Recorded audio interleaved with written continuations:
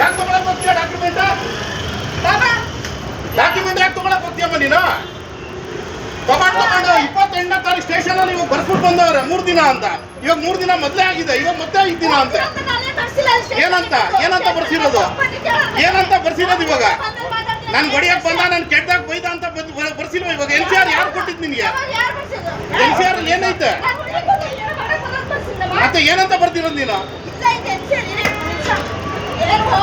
ಕೆಲ್ಸಕ್ಕೆ ಸೇರಿಸ್ಕೊಂಡು ಎಲ್ಲ ಗುಡ್ಡೆ ಹಾಕ್ಬಿಟ್ಟಾರ ಸರ್.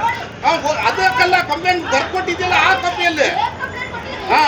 ನನ್ಗೆ ಬೈದಿದ್ದಾರೆ, ಕೆಟ್ಟದಾಗ ಬೈದಿದ್ದಾರೆ ಅಂತ. ಇನ್ನೇನ್ ಮಾಡ್ಬೇಕು? 100 ದಿನದ ಕಸ್ಟಮರ್ ಇಸ್ಕೊಂಡು ನಾನು ಈ ಬೈದ ನಾಟ್ ಮಾಡ್ಬೇಕು ಅಲ್ಲಿ. ಬುದ್ಧಿ ಇಲ್ವಾ ನಿನ್ಗೆ? ಮತ್ತೆ ತಗೊಂಡು ಇಟ್ಬಿಟ್ರೆ ಯಾರಾದ್ರೂ ಬಂದಿದ್ದು ನೋಡ್ತಾರೆ ನಮ್ಗೆ. ಏನ್ ಬುದ್ಧಿ ಐತೆ?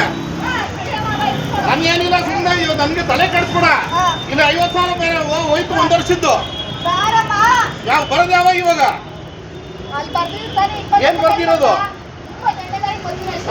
ಸುಮ್ಮನೆ ಆಮೇಲೆ ಟೆನ್ಷನ್ ಕೊಡ್ಬೇಡ್ರಿ. ಆಮೇಲೆ ಇವಾಗ ಬೆಳಗಿಂದ ಏನ್ ಮಾಡ್ತಾ ಇಲ್ಲ? ಟೆನ್ಷನ್ ಕೊಡ್ತಾ ಇಲ್ಲ ಬೆಳಗಿಂದ? ಏನ್ ಮಾಡ್ತಾ ಇದ್ದೀರಾ? ಮತ್ತೆ ಏನ್ ಮಾಡ್ತಾ ಇದ್ದೀರಾ?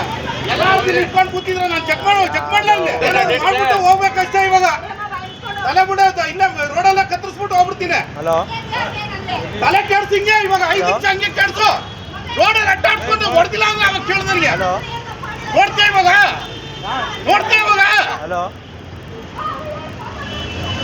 ಏನು ನೋಡ್ರಿ, ಕೆಲ್ಸಕ್ಕೆ ಸೇರಿಸ್ಕೊಂಡು ತಪ್ಪಿ NCR ಬೇಗ ಮಾಡ್ತೀಯ ನೀನು. ಅದೇ ಬೆತ್ತ ಮಾಡಿ ಹೊಡಿಬೇಕು. ಆಮೇಲೆ ಹಂಗೆ ಮಾಡ್ತಾರೆ ಇವಾಗ.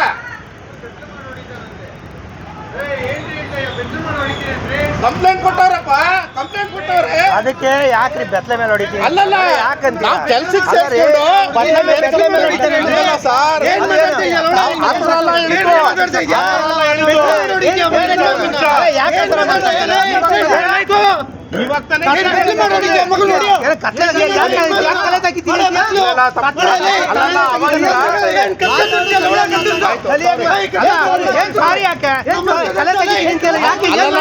ಹೇಳ್ತಾ ಇರೋದು